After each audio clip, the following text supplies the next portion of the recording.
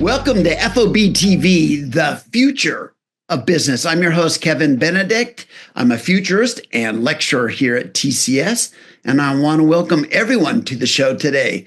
And I get to welcome back our guest today. His name is Deepak Seth. He's a director, analyst, expert of the areas of data analytics and artificial intelligence at Gartner. Welcome back, Deepak.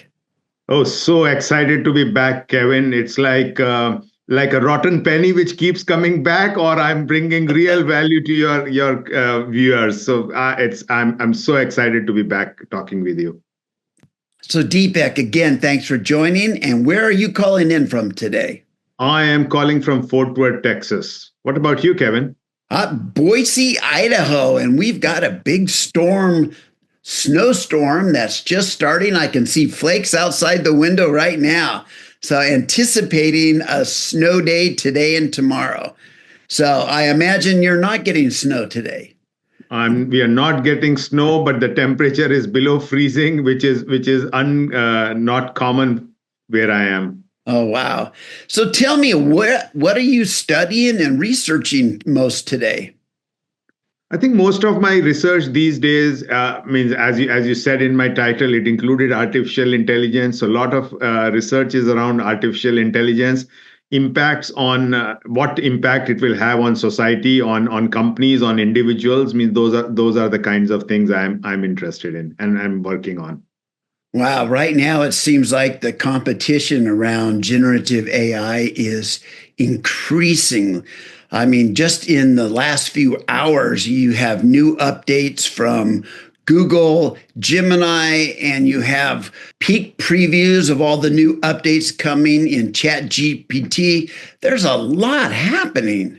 Absolutely, there's a lot happening, and when I look through it, I look through it at like three different lenses. So there's the short term, which is happening every day. Things are changing. So that's one part of the future, which is like what's happening right now or it will happen tomorrow kind of thing. The other part is more medium term, as these capabilities get rolled out, get embedded into applications, acquire new shapes and forms as agents and stuff. What impact will it have on people, process, technology, information, all of that?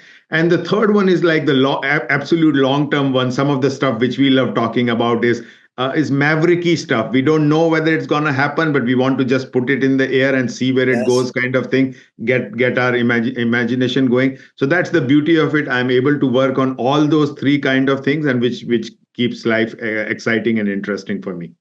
So you have your Gartner hat that you need to wear and need to kind of follow within the guardrails of what Gartner is known to deliver to their clients. But let's talk about you personally. What are you using daily around generative AI? What are you finding most fascinating? For our work, we have an internal instantiation of ChatGPT, which we use internally, which is very useful. That's a tool or technology we are using. Means even personally also means I have all the generative AI tools I play around with. I use them to create images. Also playing around with text to video functionality means that's still in its infancy, but I always find it interesting. I also teach at a local university. And amongst one of the things I did in the class recently was use one of those text to video ones to create a video. And what I wanted to drive home to the students was like, hey, you still have to be careful about things. So this was, I teach at TCU. So I just put a prompt there saying a TCU student walking through the Fort Worth stockyards. So yeah. So it generated a video for that. It was a guy in a hoodie with a backpack with TCU label on it, walking through the Fort Worth stockyards. Very nice video. And they asked the class to observe and say, "Hey, what do you observe anything noticeable about it?"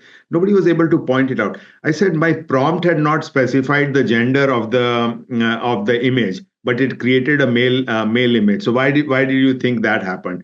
And the number of female students in any university is more than the male students, but still it created a male image kind of thing. So this was just a reminder to the students that, you know what, as we are working through all these tools and technologies, we have to be mindful of that. Yeah, means there are guardrails which need to be in place. We need to still not lose that human instinct of questioning and figuring out why things are the way they are, kind of thing. So Oh, yeah. And as you know, Deepak, I do a series of humor memes yeah. on a daily basis, mostly involving caveman trying to adjust to modern technology. Mm. And I find the same biases around females. So if you notice, most of my humor has no females in it.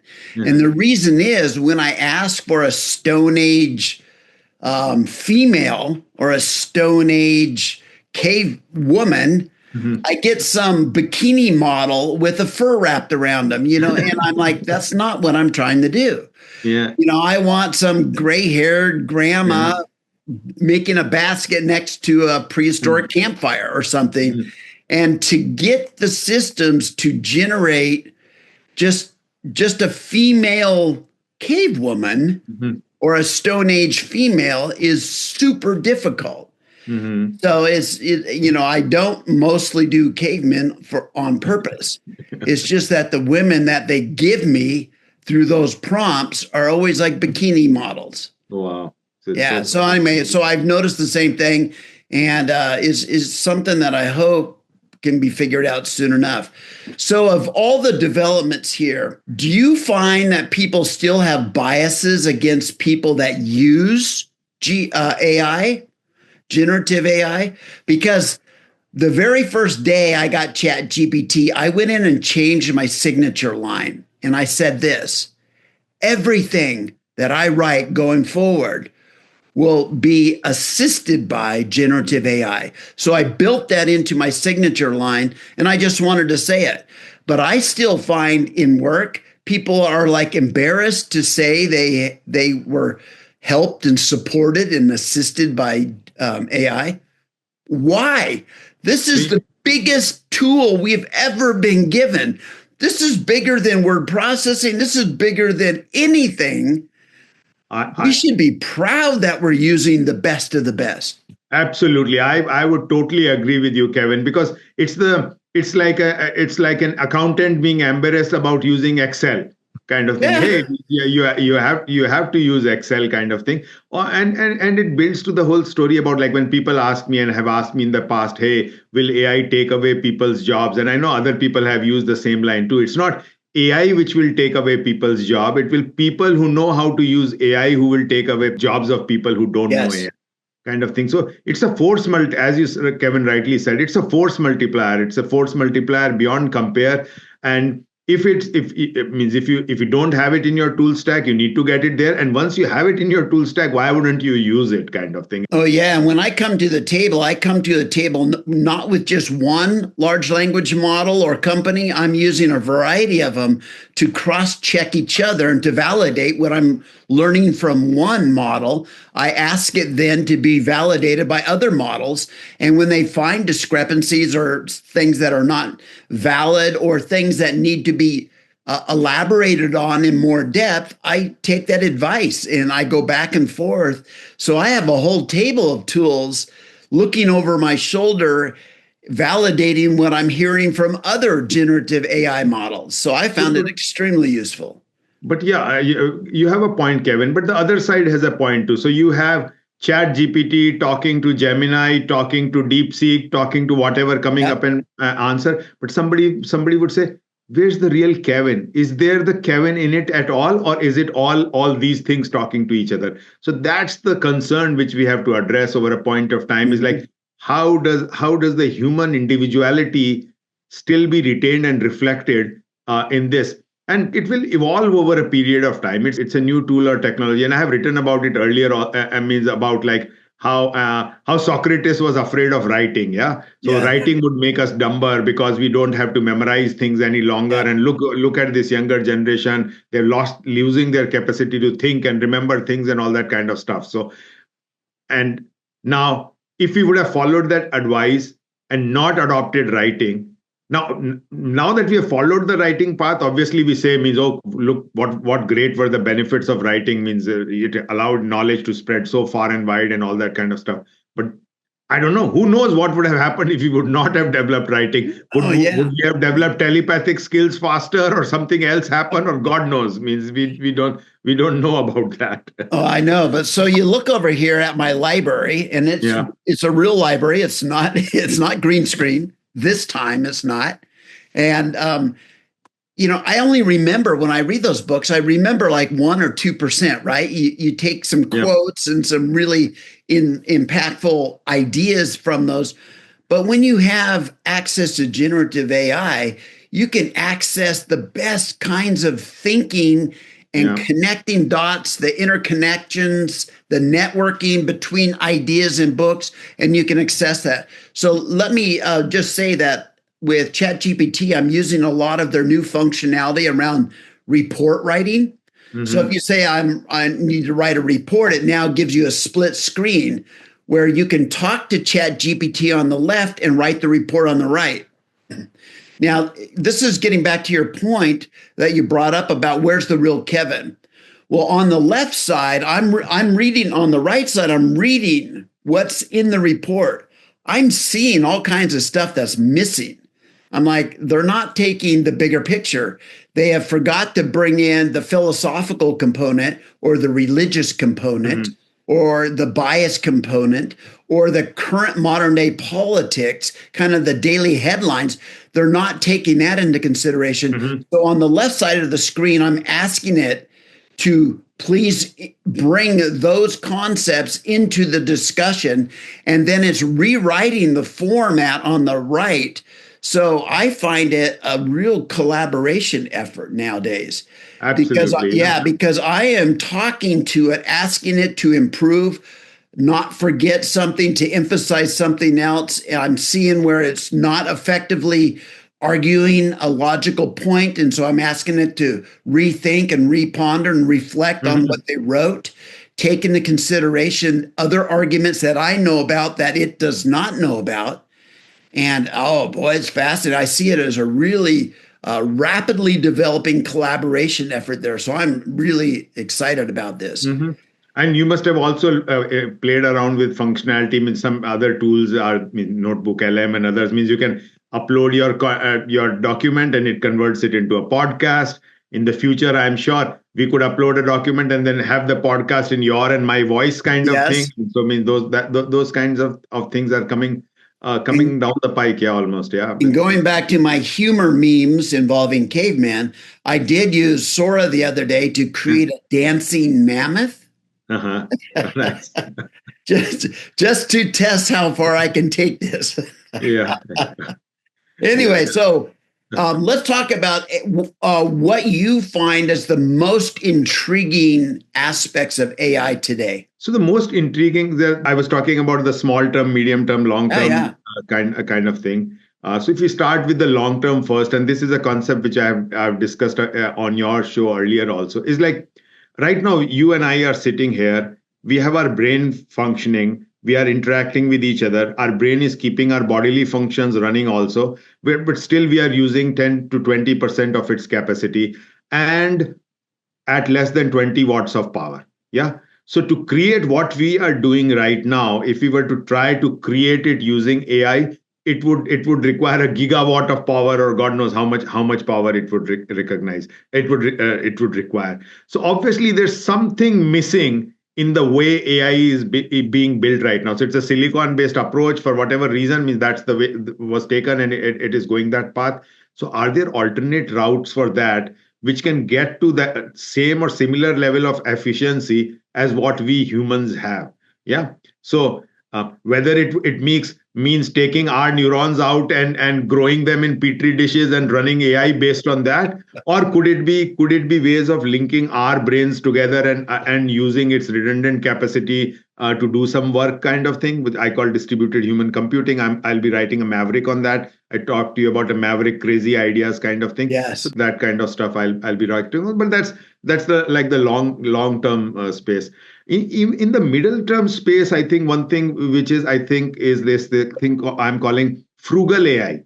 So we had AI, which with the way it developed here is, hey, let's put resources in it. Let's put the bigger the better, brute force. You have a 500 million parameters, I have billion parameters. The other one would have 5 billion parameters, and so on, kind of Yes. thing. No, but then the whole argument comes: does everyone really need a single system which has read and ingested all the knowledge in the world? Now, if I'm a company in the automotive sector, do I really care whether the large language model I'm using has read Shakespeare or Harry Potter or not, kind of thing? Would I rather not need just what I'm focused on? So there are a lot of techniques which we all know means fine tuning is Right. there, small language models are there, but then other means so what DeepSeek has revealed means thing revolution has shown is like, you know what, we could do things better, we could do things cheaper using technology, available resources in a slightly different way, kind of thing. So which to my mind brought the whole concept of frugal innovation, sometimes called jugaad, means Oh, comes yeah. out of India, called jugaad. There, with whatever you have, can you still deliver something meaningful, kind of thing? So maybe that will emerge as a trend in AI going. So that's the middle term. And if I look even short term right now, means it's like the whole agentic stuff. Means so you have agents. Now we're talking about agents, but a lot of the conversation is around the technology side of it. So hey, if we just flip it, instead of looking at it from a technology side, we start looking at it from the business side. So we are not from a business perspective. I'm not interested at the granularity of the agents and how they are working together. Rather, I need something like a role-bot. So a role-bot is an agglomeration of agents orchestrated to behave in a particular way, and I can say, hey, I have a researcher role-bot. So it will do it comprises a set of agents which does whatever a researcher does, because companies would be interested in something more like Yeah. that rather than these individual agents.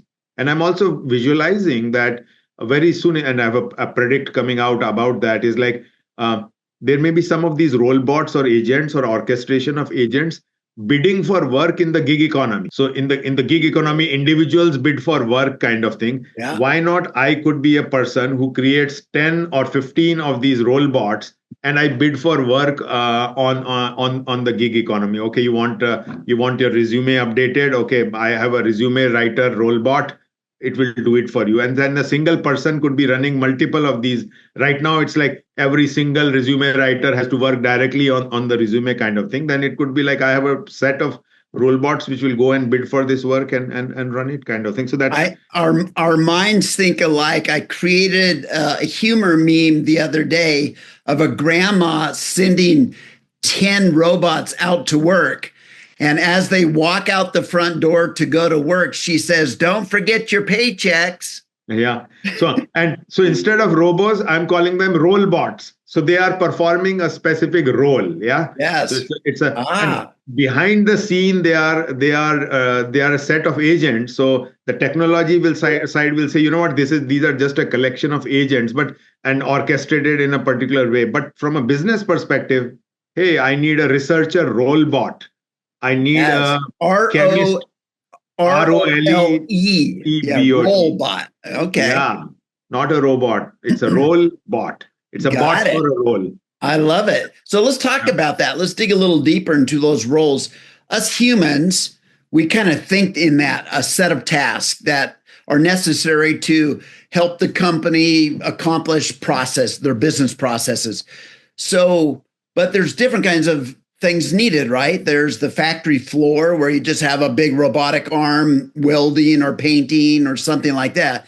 But then you have humanoid bots that are picking up things and walking around, and the same task could be done either by a human or a robot because they're kind of working the same way. But then you have roles, if you would, with no physical body. It's those digital agents that reside only in the internet or on our computers.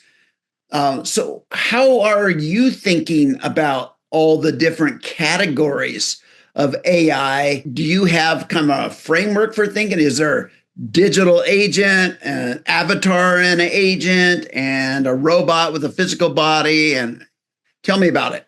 I am sure there would be one somewhere in the Gartner ecosystem. I myself have Yeah. not looked at that yet. I'm Okay. sure other people more smarter than me are looking and working at that. Where my mind had gone was around this uh, other thing related to that. I mean, similar things I was thinking of is right now when companies deal with any service provider. AI service is incremental, yeah. So the human service is default, and the AI service is incremental kind of. You can pay extra for things Yeah. using AI agent kind of thing. I think in future it will be reversed. Like most service will be provided by AI, and if you want a human interaction, you'll pay extra for it. So human service is the white glove service. Only people who pay for it will get it. Otherwise, the everybody else will is dealing with the AI bot. Will flip the paradigm that way. Now it's a very contentious. It sounds like an innocuous statement, but it becomes very contentious. Like, hey, you have these big technology service providers who have got hundreds and thousands of people working for them. How will things change for them? Like the current model is you are charging for what labor plus material and all that kind of thing, and the labor is all human labor. When this whole thing gets flipped and the basic service is being provided by AI and only the incremental service is being provided by human, how much are people willing to pay for that premium of human provided service would be interesting. It's still all in a state of flux kind of thing. Yeah. This is a challenging topic because then you start looking at the economics and saying, okay, if a company is going to build a product, they need customers to buy it. And customers need capital, they need money to buy Uh-huh. your products. Well, if you displace these workers and those workers no longer have money to buy your products, how are you going to sell products? You know, Yeah, I it's know, but going to be then a it becomes crazy. it's an interesting one. But this is again one of those academics Yep. pie Yep. in the sky conversations, which can be taken further. Is saying those products are being created based on information, based on the digital exhaust of the humans. Yeah. Yeah. So they are using stuff, what sites they visited, blah blah blah. Every step they take is being tracked. That is being fed into it, and that is creating the agent. So should the companies be paying the individuals for using that Yeah. information? So is that the loop? So people talk about in other contexts, this concept of universal basic income has been talked about. Because everybody gets paid something, and some country tried for it also. So instead of taking it as a giveaway or a dole, maybe it's a payment to individuals because their information is being used by companies to build their products kind of thing. And people who are more creative, who are creating content, so like a J.K. Rowling won't have to sue OpenAI to get paid for Harry Potter, but because her stuff is being used by OpenAI, she gets paid royalty for that. So other than this universal thing, she gets more because she's very specific product information created by her is being used. Uh, it's an interesting part. We don't know which way this will go or how it will evolve, but it's a fascinating topic indeed. Yeah. And it would be nice, Deepak, to think that calm, logical, rational people could get in a room and start working through these issues. But what we all see happen is somewhere about mid journey, it gets politicized and Yeah, suddenly emotions get in. And instead of figuring out the solution, it goes sideways on us. yeah, And yeah. just becomes a different kind of issue to have to deal with. Absolutely. So I'm glad. So we are having this conversation, and it will be a publicly shared conversation. But in somebody's perspective, this is like a highly political issue being talked about. We are talking at it only in terms of like pure technology, human aspects Yeah. of it. Kind. Yeah. So I can imagine there will be these hubs, as you pointed out, where a company needs, let's say, 1,100 different tasks to be completed in order for its business to run effectively. So they will go in there and they will look on this role hub and Mhm. they'll say, can I get 100 of those in one human? Or do I parse these out to a whole variety of agents, right? Mhm. Is that how you see it? Or these role bots. So looking at agents gets it to a level of granularity which is like not because we have been used to the human construct. So right now a company wants to hire me, they hire a Deepak, they hire a Kevin kind of thing. So maybe that set of agents is given a form which people are more comfortable with, kind of thing. Hey, this is a welder, or this is a document writer, or this. I know welding is not something which right now can be done in this the digital world, but in terms of defining a role kind of thing, it could be much more specific, before it becomes like so granular, like, okay, give me a fetch address agent, and then give me a send letter agent. Means, why would companies want to get all of that together to build a executive assistant? Why couldn't they get an executive assistant role bot who already includes the agents which do all the stuff which an executive assistant does? Oh, yeah. And then as these role bots start becoming more autonomous and they're working in unstructured environments and they're reasoning and they're making these kind of decisions, it becomes more important for them to have some kind of ethical framework, right? That's built into them. So then the question comes, do we make them, what kind of morals do we give them? What kind of ethical frameworks do we give them? And at what point are they required to have those, because those service guardrails? Have you thought through any of that, Deepak? No, it has come to my mind. It also came to my mind when I started hearing companies talk about, earlier they used to talk about, say, AI, then agents, then they talk about assistants, agents, and then suddenly I've seen in the market a lot of companies using the word co-worker. Yeah. So AI co-worker. Now, when you start using the term AI co-worker, means you're essentially giving it some attributes which are similar to what we humans are. So we have all been trained, hey, be nice to your co-workers. You can't kick around your agent, you can still kick around. Your assistant means, metaphorically speaking, you can still push around. But a co-worker, you have to treat with respect, treat with blah, blah, blah. So is that the intent? Are we already starting to anthropomorphize AI and by calling it a co-worker? Is it a sign of things to come, already teaching us to be nice to AI kind of thing? Because the logical thing is, hey, if I don't like the I hit a button and it should shut down kind of thing, not it's a co-worker. So the next thing was, hey, if it's a co-worker, like what kind of rights and privileges does that co-worker have? So well, I know it, because as soon as you have a cobot or a robot working next to you in a physical environment, you have the opportunity and the accident or the accidental case that you might run into each other, bump each other, trip over each other, all of those things. So you have to start prioritizing, right? How important is it to you to slow down your work in order to avoid a collision with a coworker?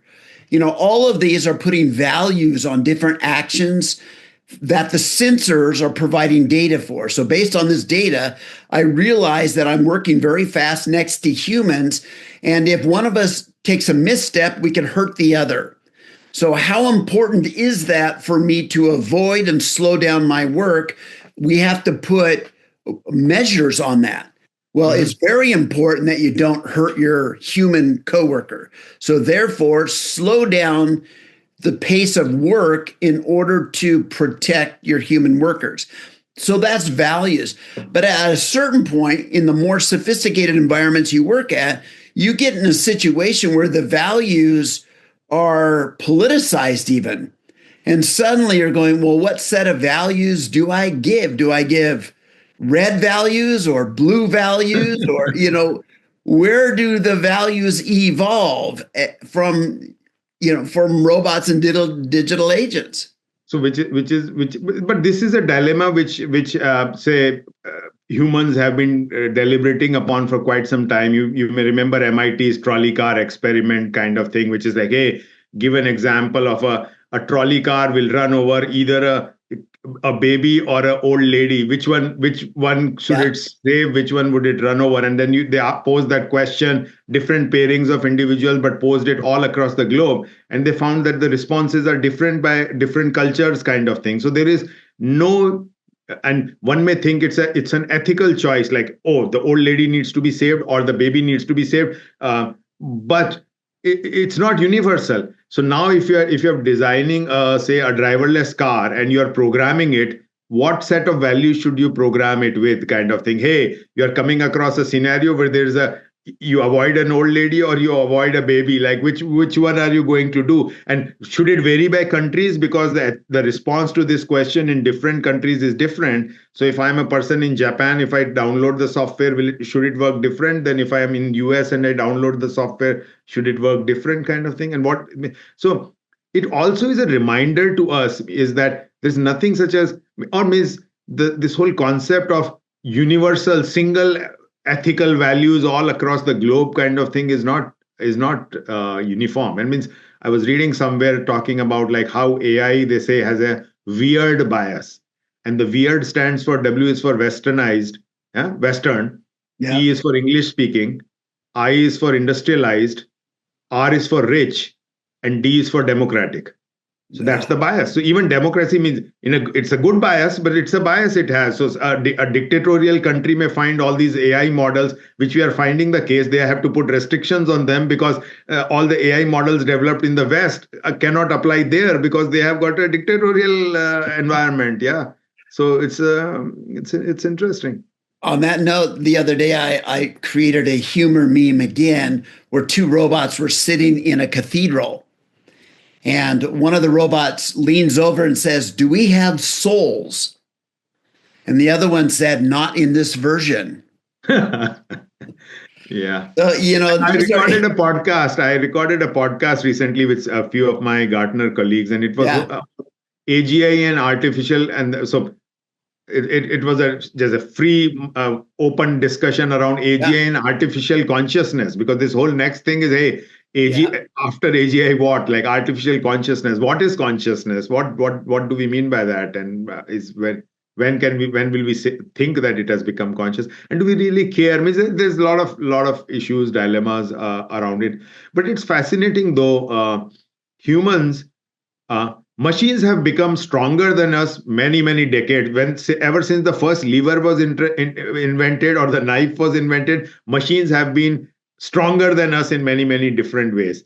But somehow, and we have accepted that. We all know that a car is like 500 horsepower or 1,000 horsepower. Yes. A human is not even half horsepower. God knows how many horsepower a human is, maybe 1 horsepower or less. But intelligence or brains is something which we have held on dearly to, saying no, we can't. We get, somehow we feel machines cannot or should not be smarter than us, kind of thing. But then I start wondering, like, if we accepted that with strength, I'm sure at one point of time, to pick your caveman meme, a caveman would have said, no machine can be stronger than me, kind of thing. But then we accepted it. Maybe we learned to control and manage these much stronger than us beasts to our advantage. I'm sure similarly for AI, it may be smarter than us, but humans have this unique ability to harness. And to give a slightly tangential example, say if you go back to the colonial times, so it's not that the colonialist was smarter than the people in the colonies, but still they figured out a way to colonize people and rule over them. So it's a negative kind of example, but it is once again showing it's not that the humans have necessarily to be smarter than AI to control AI, kind of thing. We just need to know how to do it. So do you anticipate a time, Deepak, where you can go to a robot hub and you can say, I want your top robot that's knows 100% of all the information taught in the best business schools in the world. So I want that person, and I want that to be an executive of an autonomous company where there's no humans involved, all processes needed to start a company, register the company, design all the processes needed, do the R&D to develop the right products, then to put them into the market, introduce and sell them, and generate the most optimal profits. Each aspect of that can be done by the best possibly trained set of AI systems. Do you anticipate a time when that might be possible? So I think other people, some of them much smarter than me, have done this thought experiment. I remember reading about it in a report where they were talking about, like, if a set of robots was given us a rules about something, and they were let go and let do it will deplete all the worlds, because they will work so efficient. Their goal will be maximize so whatever goals you set them, maximize profit or whatever kind of thing you given them the goals, the rate and pace and which at they will work and the things they will think out, the world will be depleted of all resources in no time at all. And there's a specific name for this hypothesis or approach.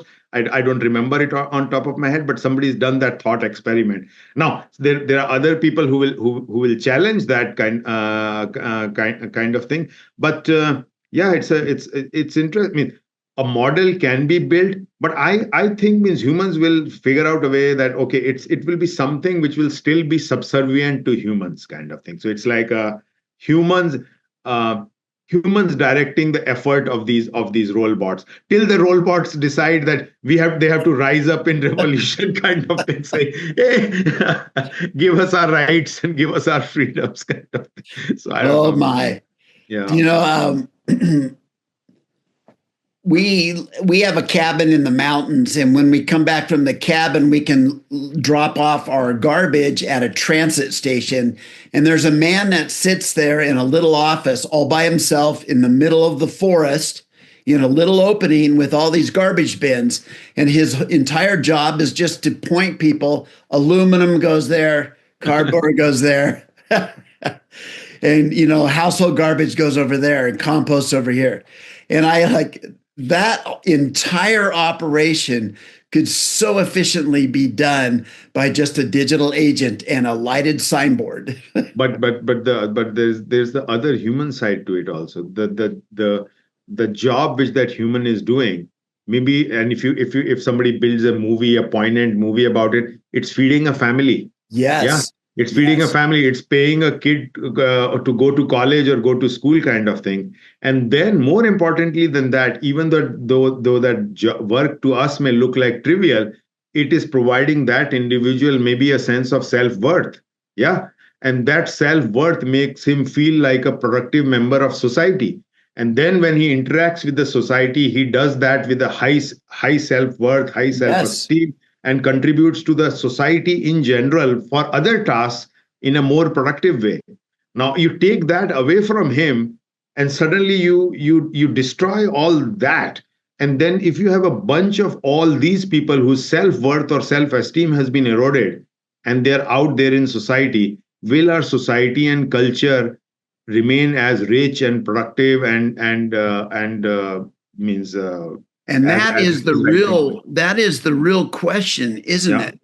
And that's the challenge if we leave things to just maximizing profit, because that doesn't take into consideration those ethical, moral, and humanist perspectives and the quality of life that we all hope to have. So, we can't just leave it in the hands of pure profit motive organizations to not only create their own guardrails. We have to very consciously as a society come to some kind of agreement. What do we want from our future? And then make sure that we are heading and doing the right things that deliver the future that we all hope to have for our children and grandchildren. But that is all still conditional on like we as humans are making those choices, are making those decisions. Now, as we cede more and more of that control to AI, and then that AI is controlled just by a few individuals. Yeah. So we are seeing that, and those few individuals essentially are then governing what we do or not do, kind of thing.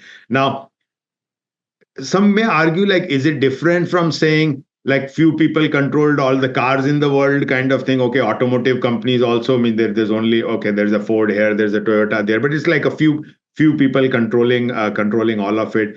Would the control of AI, if it's just like okay, it's Sam Altman, it's Elon Musk, it's Satya Nadella, it's Sundar Pichai, means 4 or 5 or 10 individuals, Alibaba, I mean, all are control all of it. Uh, is it the equivalent paradigm or is it somewhat different? Means it's interesting. I don't have all the answers, and neither do you. Means it's like a what implications, what ramifications it can have, should have, and other interesting part is like our current systems, even our leadership systems, our political processes, are way, technology is running way far ahead of them. So Oh, they are constantly trying to play catch up, and when we select individuals for roles in that sphere on governing things, it has always been driven by more of the human kind of things, not about their ability to control technology and how technology works for humans. So do we even have the right people in charge of things anywhere in the world who actually know what the, so either they will go knee jerk saying ban the thing, or they will go knee jerk open up everything. That nuanced approach of like what does it mean, what shape it can take. I'm glad we are having this conversation. I'm sure a lot of people are having this conversation, but oh like, yeah. how does it transform into real? And as you already mentioned, it becomes political, and in this case, it will become nationalistic also. Oh Hey, yeah. we just need to get ahead of them. They are wanting to get ahead of us, but like nobody stop. We won't sign this. They won't sign that. Means so it's like a interesting times indeed. Yeah. Oh, it certainly is. Well, I think this conversation has given you plenty to put into your class curriculum going forward. If we don't have any of the answers, we certainly identified a lot of questions, haven't we? We have, and I think I think the intent of this conversation and always the conversations with you, as much as it is enriching for us, we are anybody who's listening to it, I'm sure will like, hey, those two guys, crazy guys, but they leave us with some thoughts to ponder. Yeah, like should there's some sense in what they are saying, kind of Oh, thing. Yeah. yeah. And if any of you want to see some twisted humor, you can go to Instagram at futurist_humor. Futurist And underscore humor.